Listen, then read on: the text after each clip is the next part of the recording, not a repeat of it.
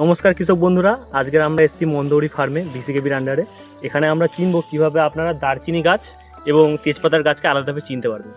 এখানে রয়েছে, এটা হচ্ছে দারচিনির গাছ এবং ওই দূরে দেখা যাচ্ছে ওটা হচ্ছে তেজপাতার গাছ। আমরা এখন জানবো যে দুটোর মধ্যে কীভাবে পার্থক্য করবেন। আপনারা সবাই জানেন তেজপাতার গন্ধ এবং দারচিনির গন্ধ, এবং সেটা থেকে আপনার পাতা ছিঁড়ে গন্ধটা আইডেন্টিফাই করতে পারবেন। তাছাড়াও যদি আপনার ছবি বা কোনো কিছু থাকে বা পাতা থেকে, সেটা থেকে আমরা জানতে পারি। যেমন পুরনো পাতা, যদি আপনার কাছে পুরনো পাতা থাকে তাহলে এখন দেখুন, আমি দেখানোর জন্য অনুরোধ করবো আমার ক্যামেরাম্যানকে।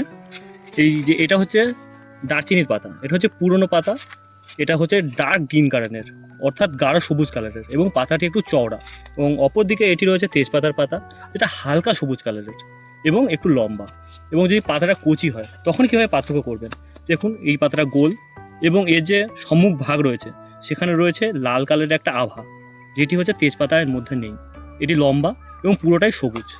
এই তিনটি উপায়ে আপনারা চিনতে পারেন তেজপাতা গাছ এবং দারচিনি গাছ আলাদা করে।